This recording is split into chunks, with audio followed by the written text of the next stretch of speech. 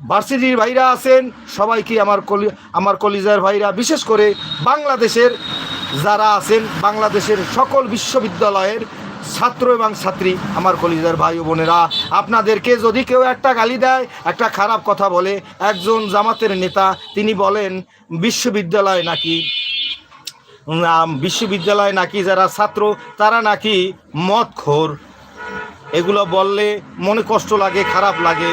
তো ওরে পাইলে আমি যেটা বললাম না, আপনার সরকার আছে, রাষ্ট্র আছে, তার বিচার করেন। আপনারা যদি বিচার না করেন তাহলে বুঝবো আপনারা এগুলো বলাইতেছেন, আপনারা ওরে ধরে বিচার করেন।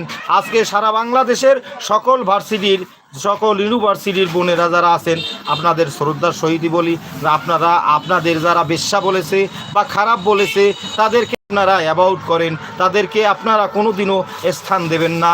কারণ আপনাকে যে এত বড় একটা কথা যে বলতে পারছে, সে দলের পক্ষ হয়ে কোনো সময় আপনি যদি দাঁড়ান তাইলে তো সে যেটা বলছে সেটাই সত্য হয়ে যাইবে। এটার প্রতিবাদ করেন, আপনারা ভার্সিটিতে বসে প্রতিবাদ করেন, আপনার জায়গা থেকে আপনি প্রতিবাদ করেন।